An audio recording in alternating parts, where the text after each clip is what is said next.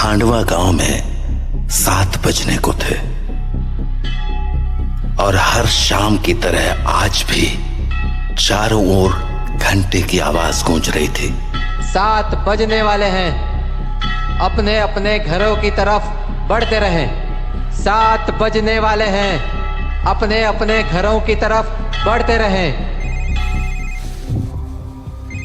Hello जी राणा साहब। बोला 7 बजने वाले हैं, सब लोग घर गए या नहीं? जी राणा साहब, लगभग सब चले ही गए। लगभग? तू जानता है ना 7 बजे के बाद क्या होता है? फौरन घर भेज सबको। जी आप चिंता मत कीजिए, 7 बजने से पहले मैं सभी को घर भेज दूंगा। ठीक है, तू भी जल्द घर चले जा। जी राणा साहब, कल मिलते हैं। देव। हाँ पापा। 7 बजने वाले हैं, जाओ जाके सारे खिड़की दरवाजे बंद कर दो। हाँ पापा। 7 बजने वाला है, अपने अपने घरों की तरफ बढ़ते रहो। हे चढ़ोले सब, दुकान बंद हो गई अब।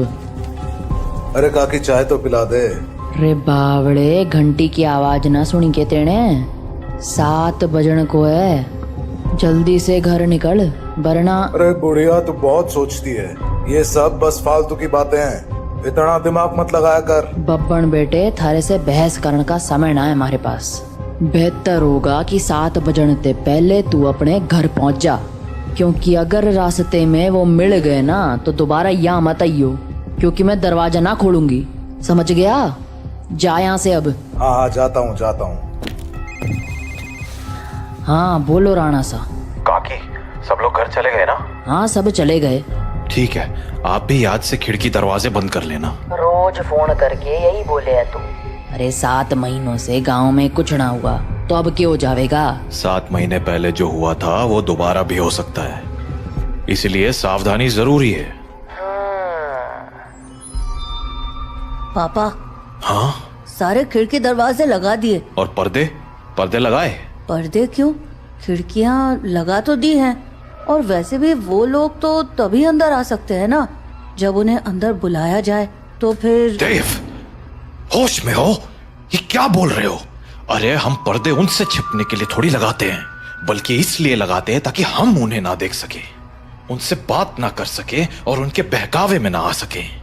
ऐसी गलती बहुत से लोगों ने की थी, उनके साथ क्या हुआ ये पूरा गांव जानता है, इसीलिए अच्छा होगा कि हम वो गलतियां ना दोहराएं। पापा, क्या मम्मी के साथ भी ऐसा ही कुछ हुआ था? क्या वो भी?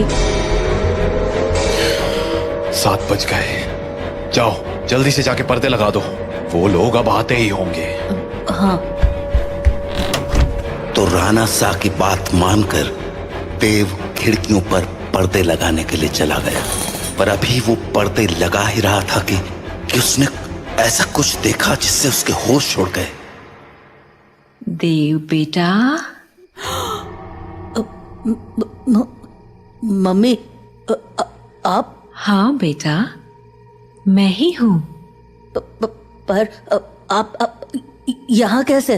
तुमसे मिलने आई हूँ बेटा। हाँ, पर आप तो मर गए थे ना? नहीं तो, देखो मुझे, मैं तो जिंदा हूँ। लेकिन पापा ने तो बोला आप मर चुके हो। फिर? तुम्हारे पापा झूठ बोल रहे हैं बेटा। मतलब आप मरे नहीं हो? नहीं, मैं तो बस रास्ता भटक गई थी, आज बहुत मुश्किल से तुम्हारे पास आ पाई हूँ, बस तुमसे मिलने। हाँ? सच्ची? हाँ बेटा, हाँ। अब चलो मुझे अंदर आने दो, 7 बज गए हैं, वो लोग आते ही होंगे। हाँ, मैं पापा को बोलता हूँ। नहीं, पापा को क्यों बुला रहे हो? वो मुझे देख तो पाएंगे नहीं, और जब तक मैं उन्हें समझाऊंगी तब तक तो बहुत देर हो जाएगी, इसलिए तुम ही जल्दी से दरवाजा खोल दो, जाओ। पर पापा ने 7 बजे के बाद दरवाजा खोलने से मना किया है। बेटा, मेरे पास ज्यादा वक्त नहीं है, मैं ज्यादा देर तक बाहर नहीं रह सकती। तुमने दरवाजा नहीं खोला तो? नहीं, मैं खोलता हूँ। थैंक यू बेटा। तो देव अपने घर के दरवाजे पर पहुंचा और दरवाजा खोल दिया। पर जब सामने कोई नहीं देखा तो उसने अपनी मम्मी को आवाजें लगानी शुरू की। मम्मी, मम्मी, अरे मम्मी कहाँ गई? मम्मी कहाँ हो? जल्दी आओ ना। देव, पापा, तुमने दरवाजा क्यों खोला है? देव बेटा, मम्मी। देव मम्मी को अपनी ओर आते देख ही रहा था कि तभी राणा शाह ने एकदम से लाइट्स बंद कर दी और लाइट के अचानक बंद होते ही देव पीछे पलटा तो उसके सामने अंधेरे में राणा शाह खड़े थे, जो देव को चुप रहने का इशारा कर रहे थे। देव बेटा, अरे कहाँ चले गए तुम? देखो मैं आ गई। मम्मी से नहीं मिलोगे? देव, देव। नंदिनी देव को आवाज लगा रही थी पर वो वहां था ही नहीं, क्योंकि राणा शाह ने उसे बगल वाले कमरे में छिपाकर दरवाजा बंद कर दिया था। पापा बाहर मम्मी थी और देव शांत हो जाओ, मैंने कहा था ना तुम्हारी मम्मी मर चुकी है। पर पापा उन्होंने बोला वो जिंदा हैं और देव बेटा, तुम अंदर हो ना? दरवाजा नहीं खोलोगे? तुम्हारी मम्मी आ गई। दरवाजा खोलो बेटा। पापा। श्श, कोई आवाज मत करो। लेकिन पापा, मुझे मम्मी से मिलना है। तुम्हें अगर सच में लगता है कि वो तुम्हारी मम्मी है तो उनसे कल सुबह मिल लेना, ठीक है? पर अभी के लिए शांत हो जाओ। राणा साह, ओ राणा साह, अरे मिलने दो ना मुझे देव से। कब तक झूठ बोलोगे उससे कि मैं मर चुकी हूं? राणा साह, आप सुन रहे हो ना? पापा।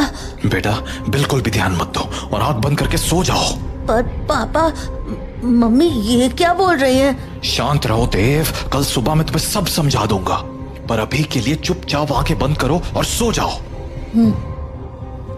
तो देव अपने पापा के कंधे पर सर रखकर सो गया और जब सुबह हुई तो राणा शाह देव को आवाज लगाते हुए बोले, देव उठ जाओ, सुबह हो गई है।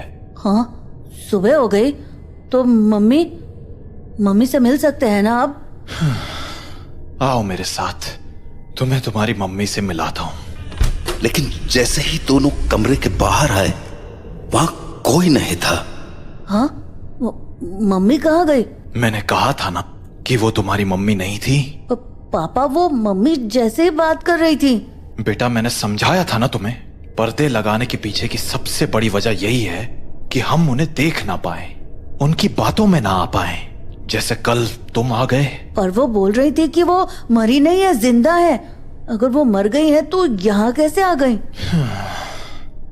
एक काम करो, मेरे साथ आओ। हाँ, कहाँ पापा? बस चलो मेरे साथ, तुम्हें कुछ दिखाना है। तो उसके बाद वो दोनों गांव के लगभग बाहर चले आए और वहां पहुंचते ही देव बोला, पापा हम लोग यहाँ क्यों चले आए? बताता हूं, पर पहले आस पास देखकर ये बताओ कि यहाँ क्या दिख रहा है तुम्हें? यहाँ तो कुछ भी नहीं है। आसपास बहुत सारे पेड़ हैं, सामने गांव से बाहर जाने का रास्ता है और पास में बब्बन भैया का घर है। तुम्हें कहीं पर कोई बस दिख रही है क्या? हाँ, वो उस तरफ एक पुरानी सी बस है। क्यों? बेटा ये वही जगह है जहां तुम्हारी मम्मी की मौत हुई थी। हाँ, उस दिन हमें शहर से लौटने में देरी हो गई थी और गांव पहुंचते पहुंचते सुबह के 4 बज गए। सूरज निकलने में थोड़ा वक्त था तो गांव के सभी घरों की खिड़की दरवाजे बंद ही थे, इसीलिए सुबह होने तक हमारे पास झाड़ियों में छिपे रहने के अलावा कोई चारा नहीं था। हम लोग एक झाड़ के पीछे छिपे ही थे कि मैंने तुम्हारी मम्मी की एक आवाज सुनी।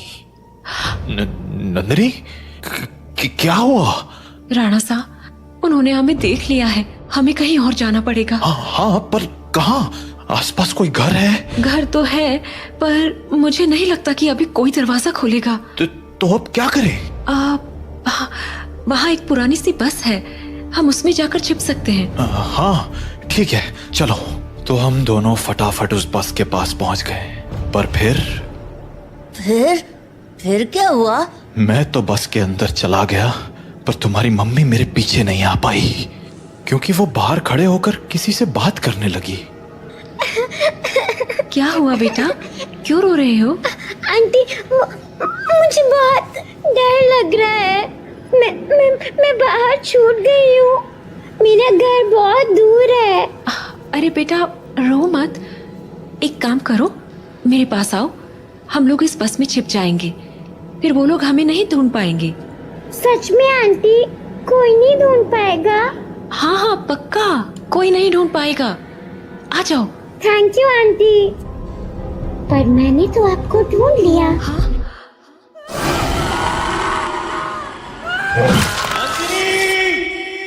मैं नंदिनी को बचाने के लिए बस के बाहर जाने लगा, पर तब तक बहुत देर हो चुकी थी। बस को उन लोगों ने चारों तरफ से घेर लिया था।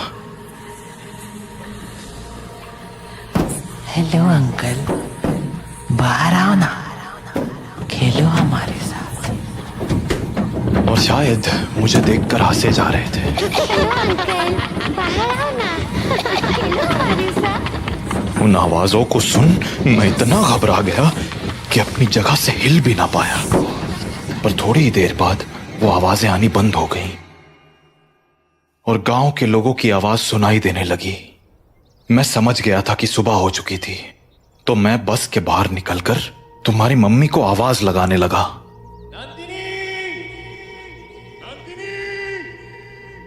पर वहां अब कोई नहीं था। मैं कई दिनों तक उसके लौटने का इंतजार करता रहा, पर वो नहीं लौटी। फिर जब गांव वालों ने मुझे बताया कि रात 7 बजे के बाद उन बाशिंदों के साथ नंदिनी भी शिकार पर आती है, तो मुझे इस गांव का एक गहरा राज समझ आया। क्या राज? यही कि जो लोग रात को इस गांव में आते हैं वो इसी गांव के रहने वाले थे, पर उनकी मौत के बाद वो ऐसे बन गए। मतलब कल जिसे मैंने देखा वो तुम्हारी मम्मी नहीं थी बेटा, क्योंकि मरे हुए लोग वापस नहीं आया करते, इंसान बनकर तो बिल्कुल नहीं। अपने पापा से बात करने के बाद देव के मन में बहुत सारी बातें चल रही थी और वो उन्हीं ख्यालों में खोया हुआ काकी की दुकान में बैठा हुआ था कि तभी हर तरफ से घंटे की आवाजें आना शुरू हो गईं। 7 बजने वाला है, अपने अपने घरों की तरफ बढ़ते रहो। चलो चलो, घंटा बज गया, निकलो अपने अपने घरों को। अरे बुढ़िया, तू फिर शुरू हो गई। बोला था ना ये सब फालतू की बातें। अरे बावड़े, दिमाग फिर गया है कि तारा? जानता है ना, 7 बजे के बाद बाहर के ओवे है, कच्चा चबा जावेंगे वो बाशिंदे। अच्छा, और तुझे कैसे पता कि वो कच्चा चबा जावेंगे? क्योंकि आज तक जो भी रात को बाहर रुका है वो मारा ही गया है। अच्छा, फिर थारा राणा सा कैसे बच गया? हाँ, वो भी तो फंसा था ना रात को अपनी लुगाई के साथ। मैंने बोला ना, थारी फालतू बातें सुनने के लिए हमारे पास टेम ना है। जा निकल अब यहाँ से। हाँ, जाता हूँ। इतना कहकर बब्बन वहां से चला गया, पर बब्बन की बात ने देव का ध्यान जरूर खींच लिया था।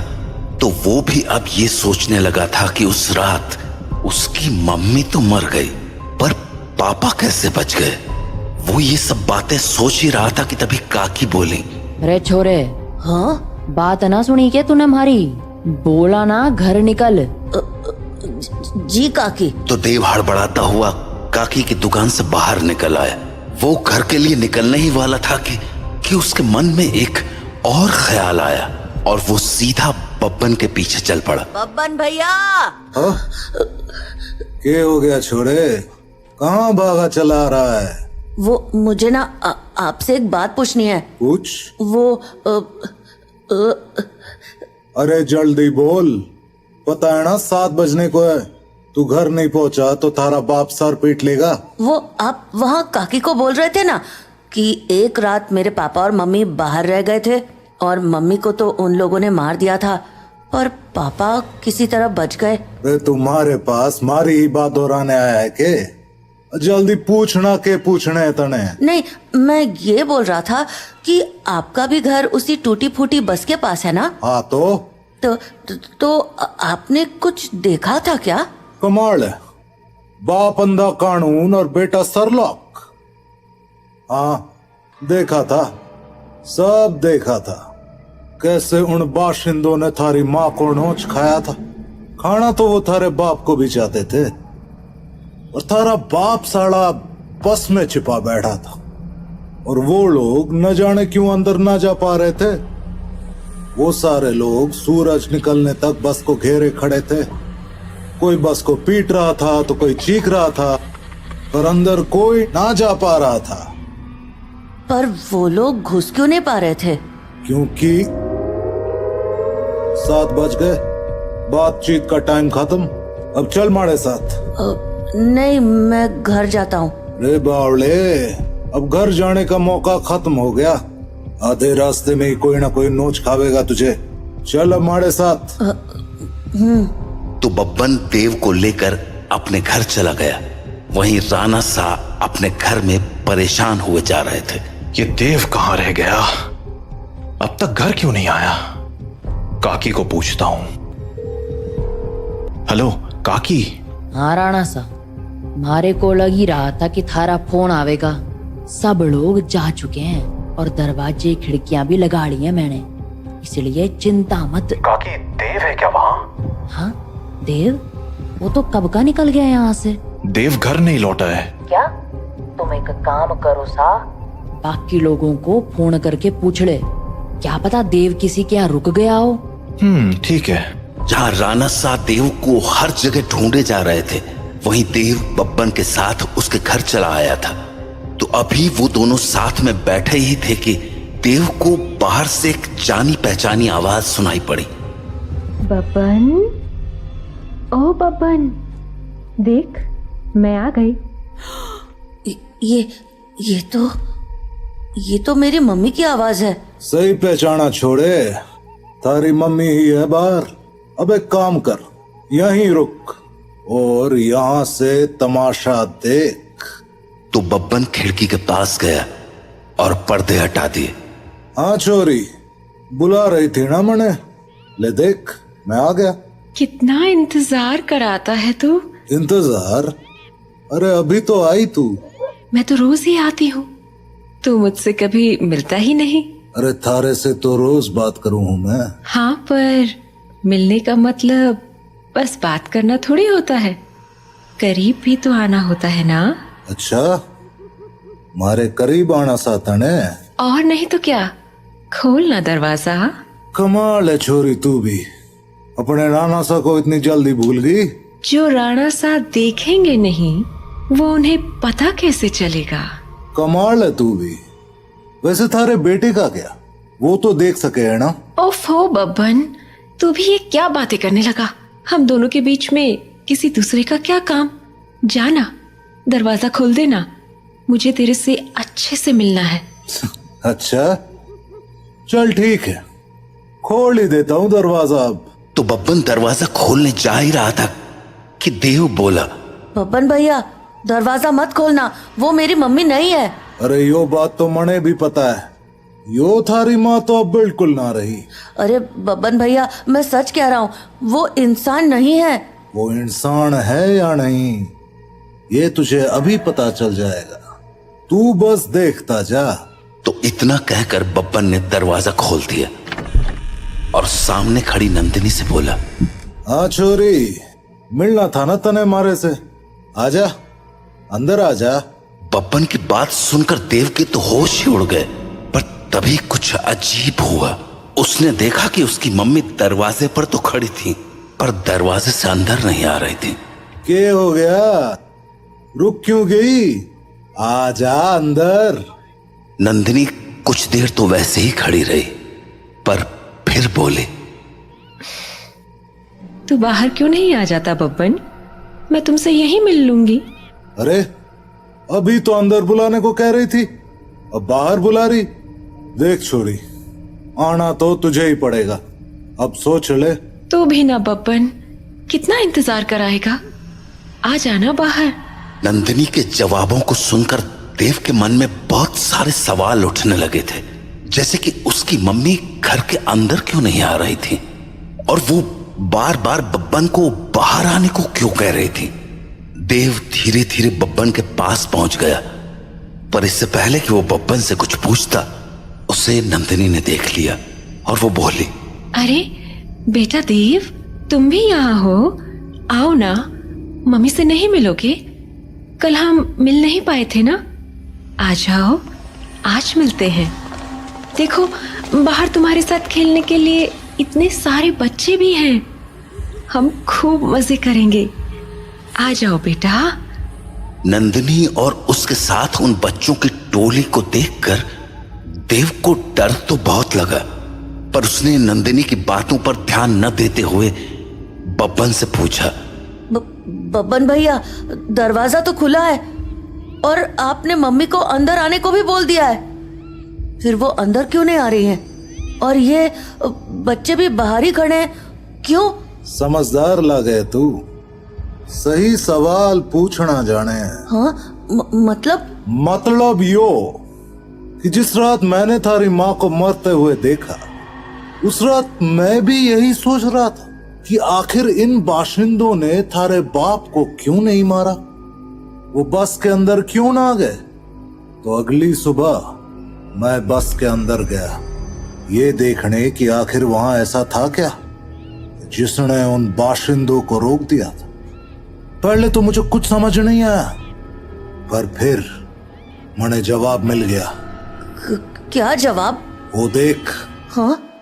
यो है रुद्राक्ष की माला। यही वो चीज थी जिसने थारे बाप की जान बचाई थी। बस के अंदर यही लटकी हुई थी। मने इसके पीछे की वजह तो ना मालूम है, पर इतना जरूर पता है कि इस रुद्राक्ष की माला को दरवाजे पे टांग दो तो ये साले चाके भी घर के अंदर नहीं घुस पाएंगे। सच में? और नहीं तो के। तो आपको पक्का पता है कि ये इसी रुद्राक्ष के कारण अंदर नहीं आते हैं? रुद्राक्ष उतार के दिखाऊं? देखेगा क्या होता है? हाँ? नहीं नहीं नहीं। छोरे, यो कोई पहली बार नहीं कराया मैंने। सारी जांच करने के बाद ही अपने दरवाजे पे टांगा है इस रुद्राक्ष को, समझ गया? ये ले, थारे बाप ने फोन मिला दिया। हेलो, हाँ राणा सा, हाँ हाँ, चिंता ना करो, थारा छोरा हमारे पास ही है और पूरी तरह सुरक्षित है। चलो, शुभ रात्रि।